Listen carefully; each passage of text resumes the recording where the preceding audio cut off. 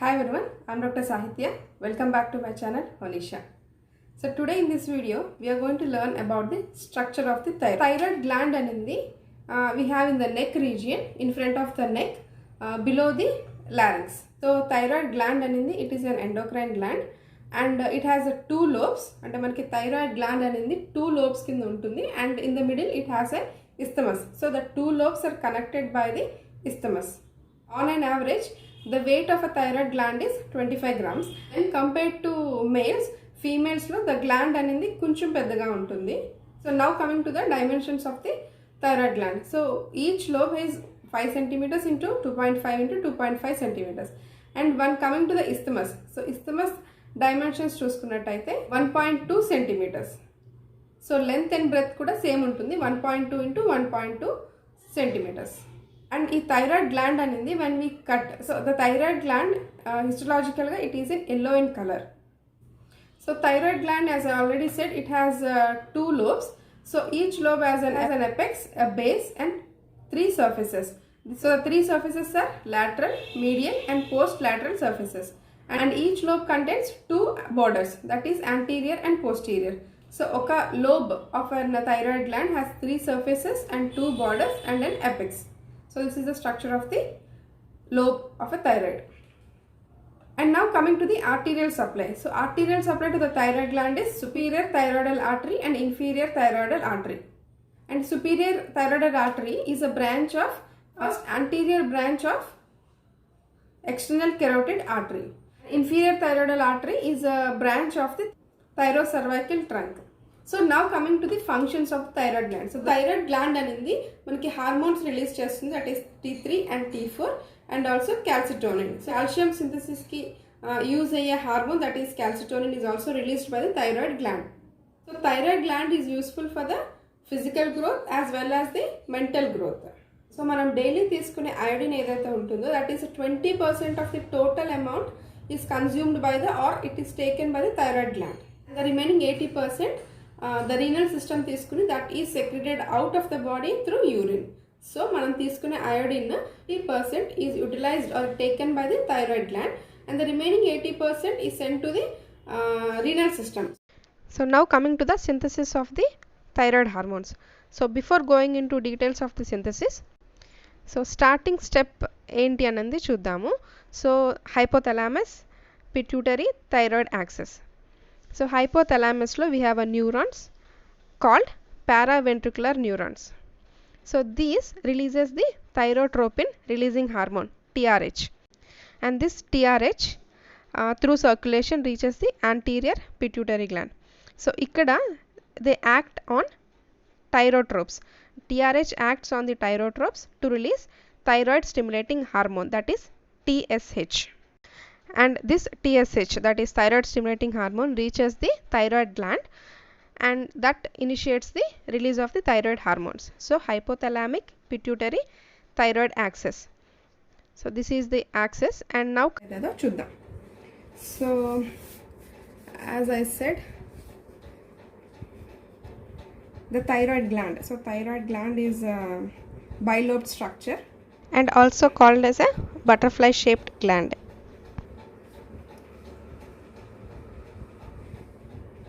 So I'm sorry guys for the drawing. So this is the isthmus. So this is an isthmus. So these are the lobes of the thyroid gland. So e lobes lo we have so many follicular cells. The functional unit of thyroid gland is follicular cells. These are all the follicles. We have so many follicles in the thyroid gland, and in between we have blood circulation.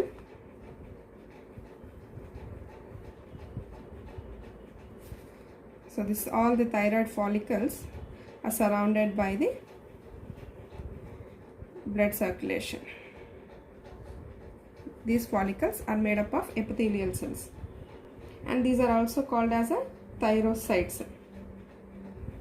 And in a thyroid gland, these follicle cells,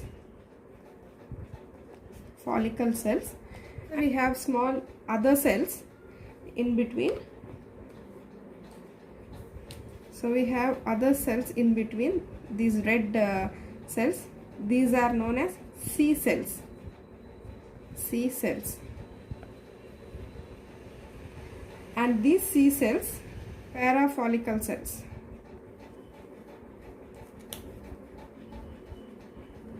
So these follicle cells release the thyroid hormones.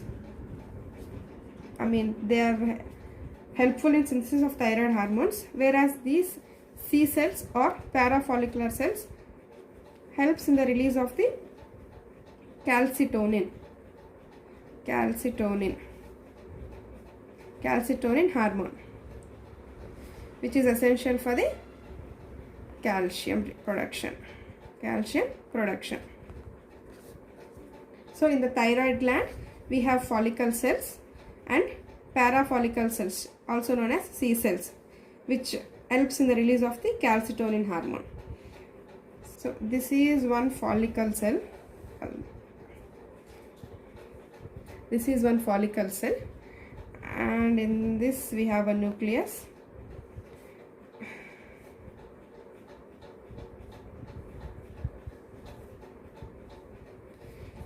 So elantis, and these are surrounded by the blood vessels. Sorry guys, I am very bad at drawing. So these are the blood vessels. So this is one follicle cell. So in this follicle cell we have layers. So we have this. I'll differentiate in this manner.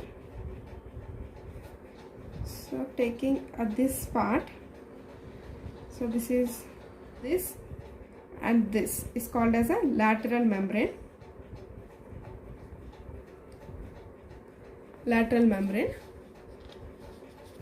And this layer of the cell is known as the basal membrane.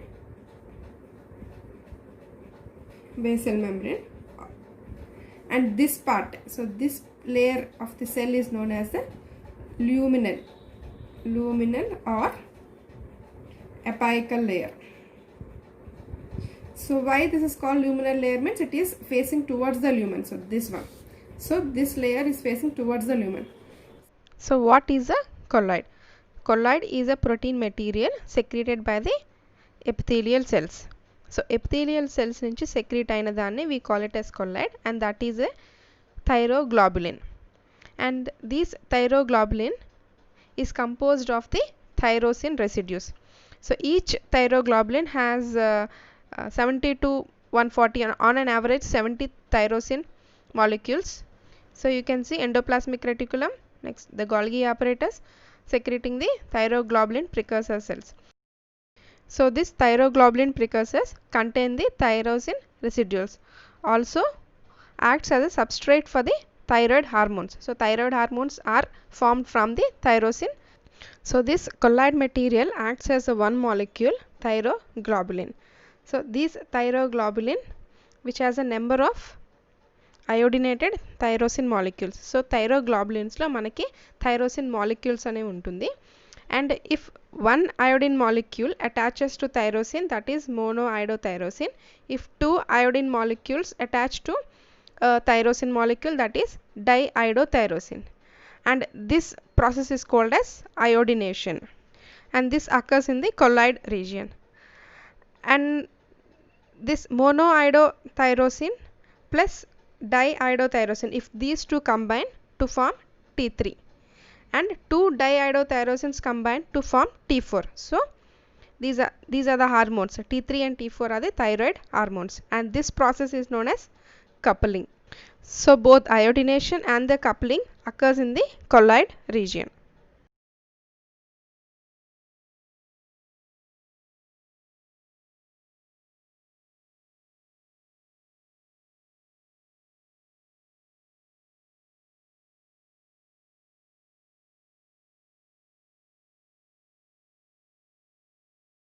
Thyroid synthesis, the first step is intake of iodide.